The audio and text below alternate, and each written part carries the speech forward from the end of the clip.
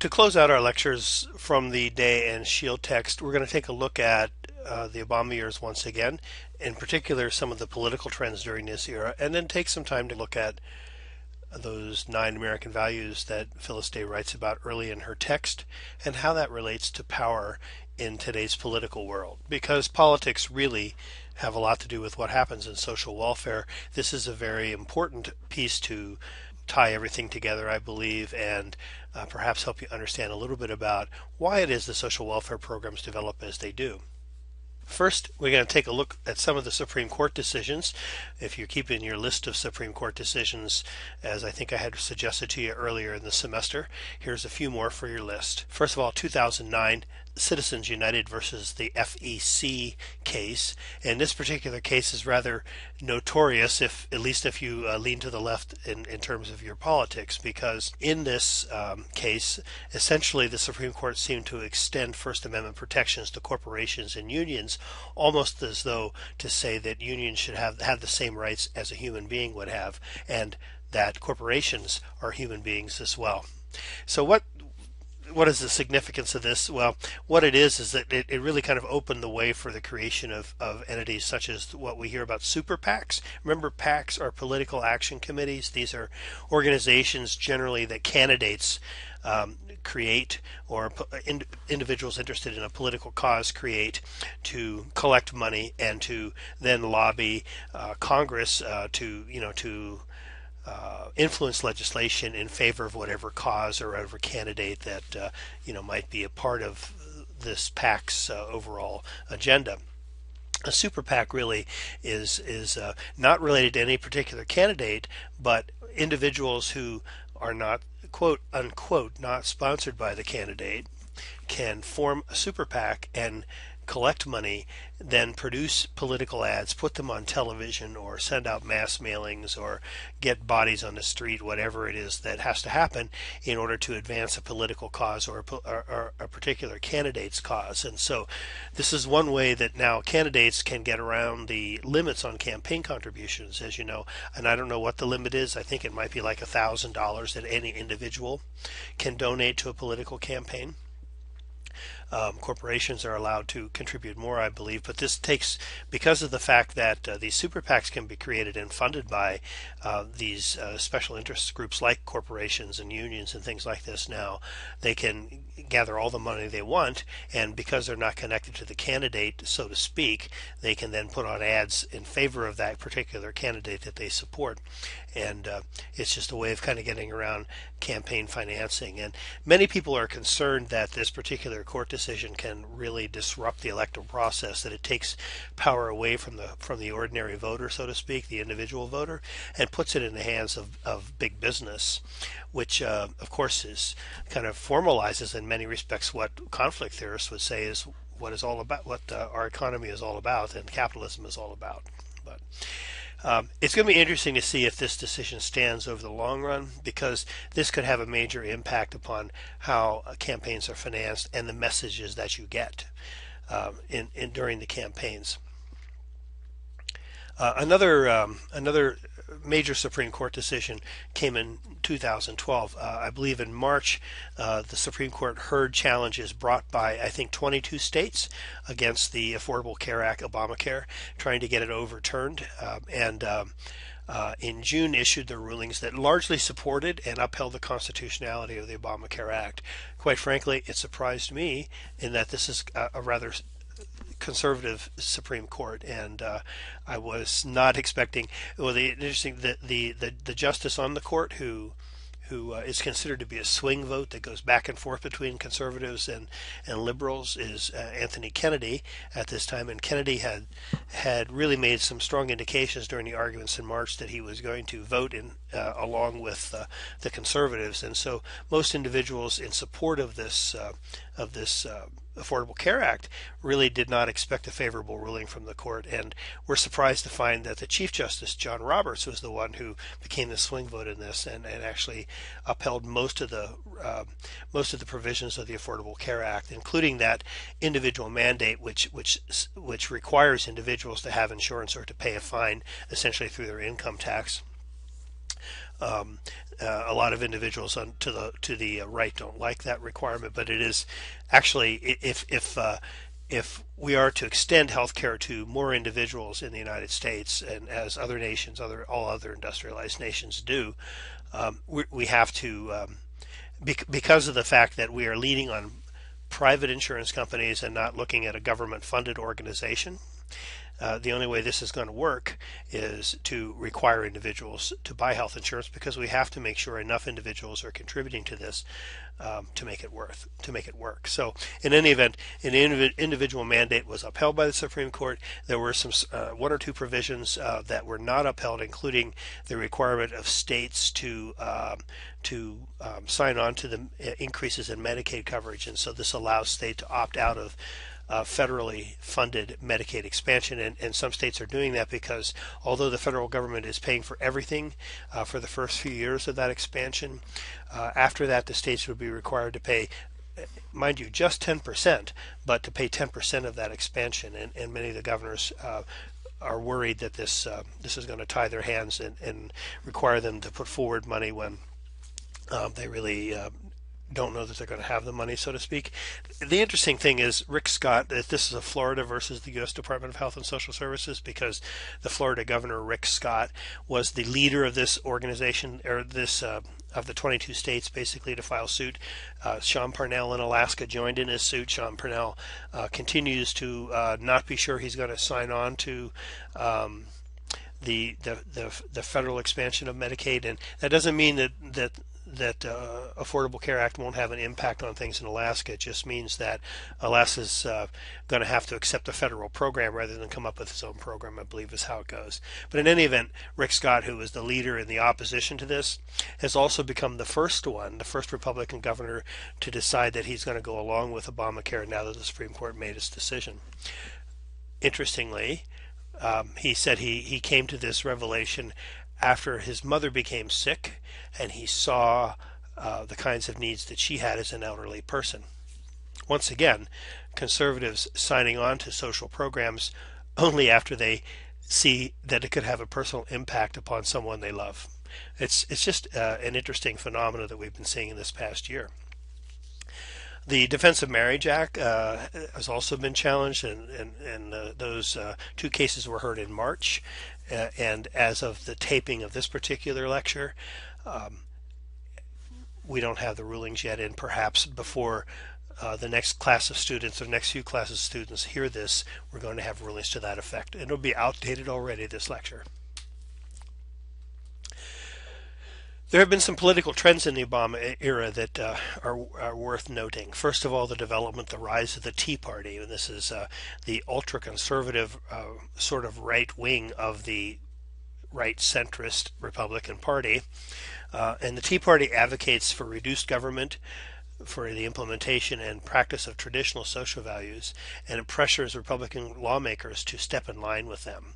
The Tea Party has kind of been very full of itself. In the 2010 elections, a number of representatives, federal congressmen and senators were elected, indicating that they were, in favor of the Tea Party, so to speak.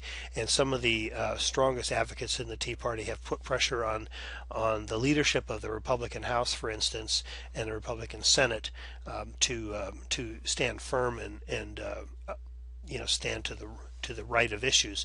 This is one of the reasons why a lot of people believe that the Republican leadership in the House and Senate have not been able to reach a compromise with the Obama administration, is because essentially because of those far right members of the Republican Party pulling them away from compromise. And as this slide indicates, and I believe Day suggests that this is probably a likely reason that the Obama administration could not include a government option in the health care plan, which would have made that plan probably extend to more individuals altogether. And it's interesting, the text says that individual studies have shown that Tea Party members are more likely to find themselves as very conservative and also angry, and more so than typical Republicans. Whether or not this is going to continue to be a trend remains to be seen. Sometimes these extremist kinds of movements within the political parties don't last for long. But what's interesting about this is that it really does inject some life into the traditional political party, and we may see some change in the Republican Party as a result of that. Political gridlock has certainly been something we've heard a lot about in the first administration of Barack Obama, and many of the issues that Obama has brought to Congress or that have come up in Congress, whether it be Obamacare or whether it be gun control or whether it be immigration reform, all of those kinds of things. There has been quite a partisan battle over the outcome of those issues. And in fact, the federal budget, as you know, several times Congress has not acted or acted at the very last moment in order to pull us back from a shutdown of the government for a period of time. And the Standard and Poor's that reduced the credit rating of the United States government because they couldn't come to an agreement in Congress about the budget, et cetera, et cetera. So this gridlock develops around issues with the Republicans focusing on the need to cut spending as a way to balance the budget, Democrats focusing on increasing revenues as the way to do that. And it seems as though any attempt the Republicans make to connect with the Democratic leadership is really pulled back by the Tea Party, by their extremes, and meanwhile the left-leaning Democrats, I would say, really kind of pull Obama away from making too many compromises as well. Paul Ryan's path to prosperity was his proposal for budget balancing, really. As we mentioned in the last lecture, really focused upon cutting healthcare programs focused on the elderly, disabled, and poor, Medicare and Medicaid, and really cutting back those services, some of the neediest and most vulnerable of our populations. Evidently, his mother hasn't been sick enough yet. The Arab Spring. If you follow the news, you know that the traditional leadership in many Arab countries was overthrown in the last couple of years, and this has really brought a lot of political upheaval to the Middle East, which is already a politically unstable section of the world. There's a lot of concerns about the development of nuclear weapons in some of those nations. Of course, the presence of Israel in the center of the Arab world is a very sore spot for some of those leaders. Palestinians continue to look for their own homeland, and we are very much caught up in that because traditionally we are a strong supporter of the nation of Israel, and so it is sort of a given that anytime Israel gets into a conflict that the United States in one way, shape, or form could very well become involved. It didn't happen in the 1967 Arab-Israeli War, which ended, I think, in 6 days or something like that. But how often Israel can go to war with its neighbors and we not in the United States not be involved is a big question. And so, one of the things that it does is that it really kind of draws attention away from domestic issues, social programming issues, and the ability of the Obama administration to reduce the defense and war budget so that perhaps more monies could be put into the budget, and the budget could be balanced, let's say, with not so much cuts in social spending as it would be with some cuts to the defense budget. The Occupy movement has been also in the news in the last few years, and the complaint about the criticism, I should say, about the Occupy movement has been that there was really no focus. The leadership was rather lacking in it, and those sort of characterizes what the Occupy movement is all about. And the Occupy movement really was there expressing anger about the 1% that holds most of the wealth in the nation, and you know that from any discussion of the economy in the United States, and certainly we've talked about it earlier in the semester that a very few people hold the vast majority of the wealth in the nation, and with that really control much of what happens with the politics in our nation. And so the Occupy movement is trying to give a voice to the 99% outside that 1%, and really Occupy protests cropped up all over the nation and different parts of the world. In fact, in protest of the super wealthy, but never really got kind of a focus, I suppose, and ultimately the status quo, the government, local governments, and everything began to push them out of the parks and where they're staying through different kinds of ordinances and things like this. And at one time, I think even used tear gas to move these peaceful protesters out of the park. I think Phyllis Day mentions that it called to mind the assault of the federal government of the troops upon the Kent State's anti-war protesters in 1970. One other notable political trend is sequestration, which because of the difficulty that Congress has had in reaching an agreement on a budget, they believe they tied their hands to come to an agreement by putting in automatic spending cuts, I think of a 10% across all programs to occur in 2013. I think it was April 1st of 2013 or March 1st, something like that. It must have been March 1st, 2013, if another budget agreement wasn't reached. Well, the budget agreement wasn't reached, and the sequestration, or the sequester as you hear it called sometimes, has taken effect and has begun to cut programs. As of the taping of this lecture, yours truly and probably most of you have not yet felt the effects of this, but I would guess that by the next time this lecture is heard, we will be feeling those effects, and unless something occurs that brings Congress and the administration together. And as you can see, Day and Schiele are fairly unhappy about what's going on with Congress, as we all should be. That we can't find a way to run this government together. The two parties aren't that far apart in terms of their politics that we shouldn't be able to reach agreement. And she writes, as Nero fiddled while Rome burned, so Washington politicians fiddled, unaware or unconcerned, while America smoldered. Where are we in this? Where is the profession of social work in all of this?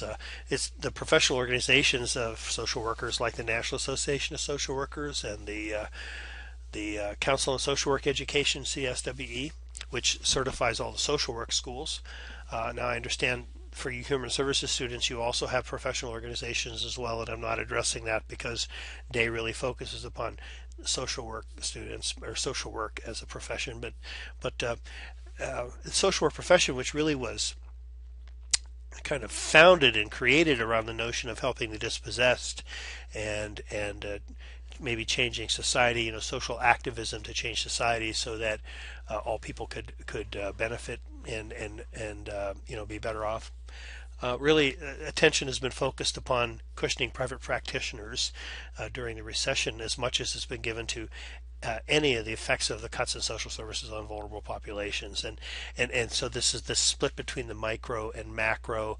I believe earlier in the semester I referred to it as the true social work versus the professional social work. Which the macro being the true social work, the micro kind of being professional. It's really about individual treatment or social activism, micro and macro, and I think Day says that the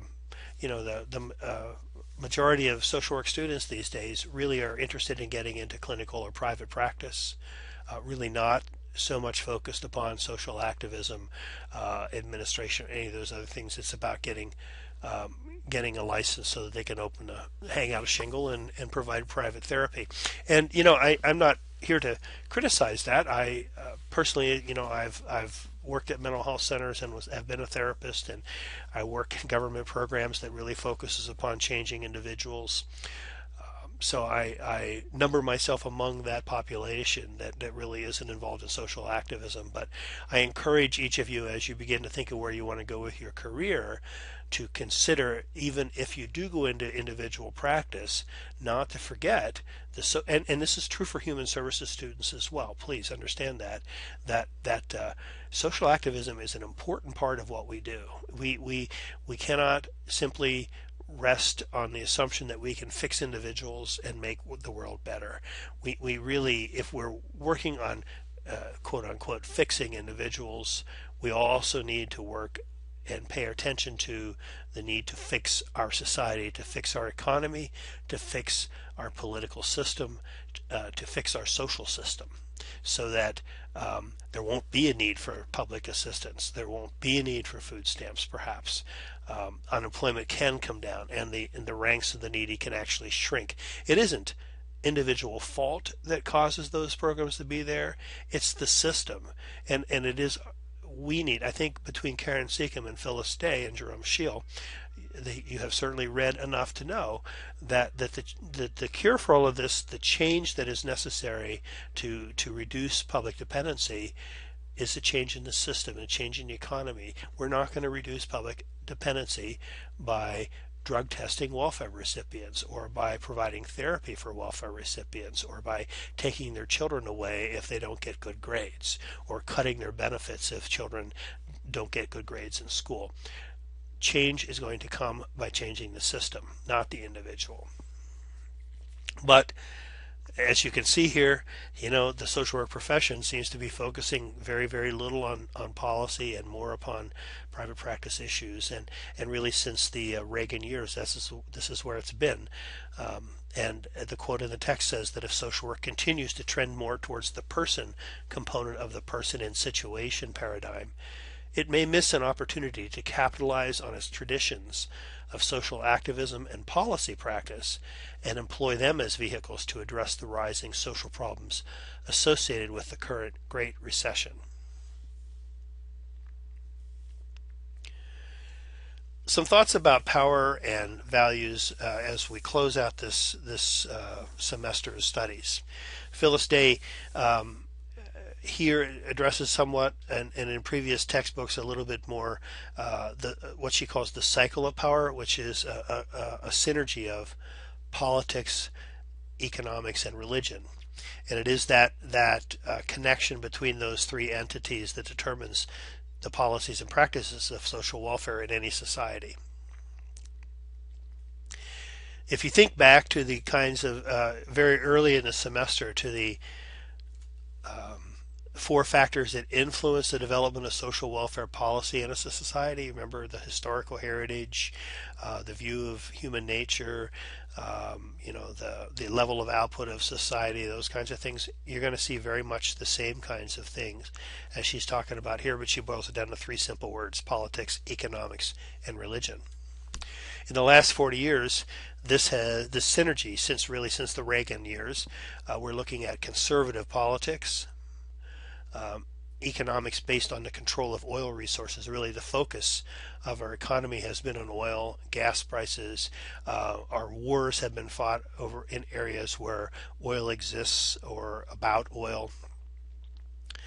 And then finally an increase in religious fundamentalism, which has been very prominent since the Reagan era. And the combination and religious fundamentalism that focuses upon individual fault, the Bible, strict morals, I should say, and a rejection of individuals who don't fit the norm. These 3 things combined and have led to what she refers to as steady downward spiral of our society's sense of social responsibility. Through the last several administrations, really even going back into the days of Richard Nixon, we've seen political trends that have included increasing privatization of programs. And when we privatize programs, initially it appears as though we save money, but oftentimes in the long run those private programs become more important than the government-run social welfare programs were to begin with. But by that time we're not looking anymore. The other issue with privatization of programs is that, particularly I think since the Reagan administration, as I recall, for-profit organizations can now provide social services, get grants from the government to provide for social services, which means that some of that money that should be, some of that federal money that should be going to the needy, go to individuals working in the program, their profits, so to speak. More and more we see decreasing federal attention to the poor and to their needs.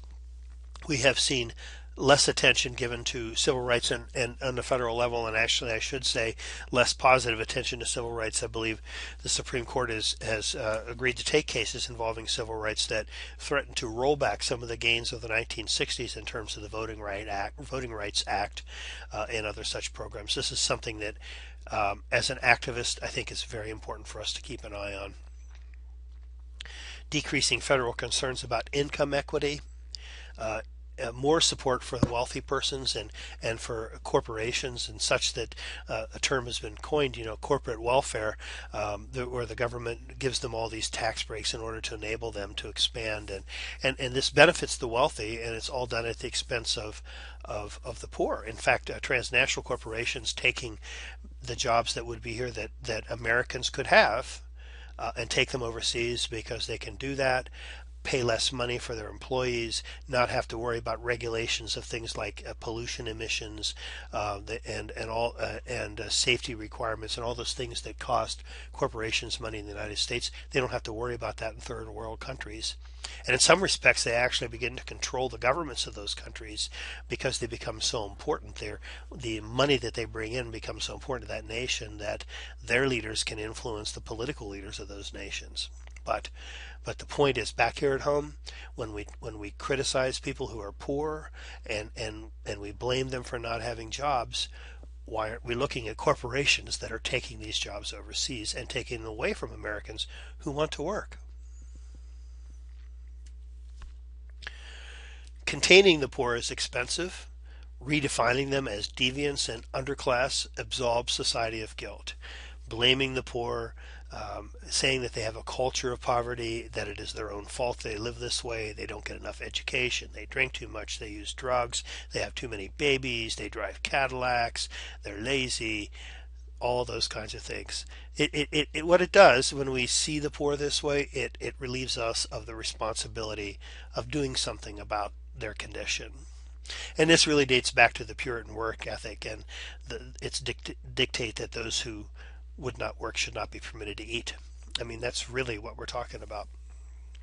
And keep in mind, most of the poor are children.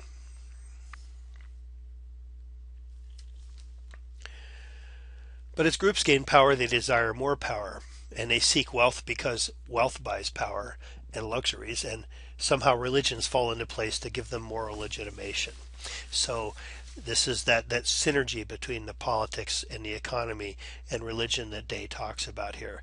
Values get produced that stick in our society as truths to which we owe allegiance.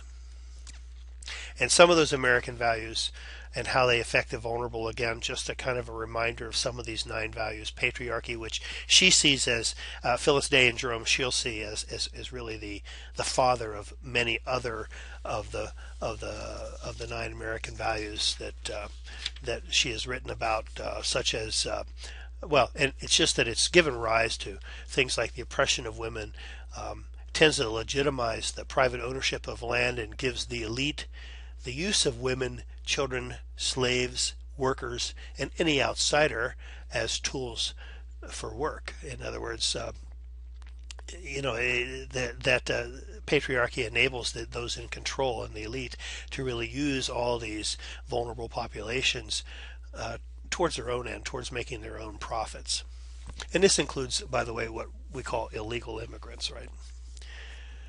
Patriarchy, in many respects, she believes, can be considered the father of some of the values like white privilege and social Darwinism and some of our modern day values. And white privilege with patriarchy, she says, has become so pervasive that they're nearly invisible in Eurocentric societies such as our own. That is, that we don't see patriarchy, that is, of course, gender bias, and we don't see white privilege, that is, racial bias, because they're everywhere. And as I believe I've said elsewhere, one sociologist has said that the last thing a fish is ever going to notice is the water that he's swimming in. Likewise, when we live in a culture and in a society where racism and sexism through white privilege and patriarchy are woven into the very fabric of our everyday existence, we aren't going to see it. And so challenges to those things, like some of the readings perhaps that you've looked at this semester, disturb us, and and cause us to have a lot of defensiveness when we look at these things. And it's important for us to be able to step back and just be aware of these things, acknowledge their existence, and try to do something to alleviate the problems that they create. And the work ethic, she says, also justifies the meanness of our social program system as it currently exists. So social Darwinism, Puritan morality, individualism, all these aid and abet the effects of those three values. And although benevolent values such as democracy, egalitarianism, and charity remain part of the American social ethos, they are often whispers on the wind, she says, blown away by the primacy of these other values. Even worse, they may be twisted in support of our meanest personal or national goals. My prime example of that is George H.W. Bush's 1,000 Points of Light that really talked about the strength of volunteerism and how important that was. And this was all at a time when the federal government is trying to excuse itself from having to fund social welfare programs. And so the government shifts the responsibility to the private individual and tells us, take care of your fellow man, yourself, and make sure you do it right and equitably. It's important to keep in mind that our values, these American values, are not necessarily our truths. They don't have to be facts in our life. We can step back from these values, examine them, see their impact upon our own lives as well as the lives of the needy, and decide whether or not we're going to continue to endorse and support them. Now, I'm not suggesting that we give up Americanism and patriotism and capitalism, all of those kinds of things, but I am saying that we have to take a good hard look at what they do to other people, how they affect people who are not benefiting from the system. There is a large majority of individuals, a large percentage of people out there, I should say, who are hurt by our economic system. And those are the individuals that in the social work profession and the human services profession we are serving. So we have to recognize how the system impacts them, and yes, help them as individuals as much as possible, but never ever forget what the system is doing that creates these conditions, and never stop trying to have a positive impact upon that end of things. We should be careful not to accept those values at face value so that it doesn't interfere in our mission of social value and justice. Social programs usually occurred because they help to control economic production or civil activism. This is something we've seen over and over again in our study, that it really was, social programs oftentimes are implemented to stem the tides of potential revolt. But the presence of social reformers like social workers and human services workers has brought constant altruistic pressure to change social control to socially moral treatment. In the years ahead, some things we need to watch for: racism and sexism being legitimized under the guise of personal responsibility. There again, we're looking at white privilege and patriarchy, those values kind of overarching everything and resting underneath many of the decisions that are made in our government. And we call it personal responsibility, most seriously directed towards the dependent individuals. Work and Puritan morality are values. They aren't facts, and they're used to fuel hatred of those who differ from the norm. The powerful elite are the ones who make decisions about those without power. Welfare promises aid to the needy in exchange for conformity to the oppressive nature of our society. These are some things for us to recognize and to begin to work to change. Phyllis Day and Jerome Schiele end their text with a challenge really to social worker and human services workers, and I think it's something worthy of a closing slide for this course. The quote is that we are now at a moral and professional crossroad with the conservative elite muscling out the poor. It is unconditional love for humanity in all its colors, forms, and features that inspires the best part of social welfare, and we must not become blind to that vision. Love is not enough to change the world, but is surely the best place to begin, and there is still time. With that, I will close this semester's lectures and tell you that I hope that you found some usefulness and value in walking through this topic with me over the last 16 weeks. Take care of yourselves, and I hope to see you again in some future classroom sometime, whether online or in person. Thanks, and so long.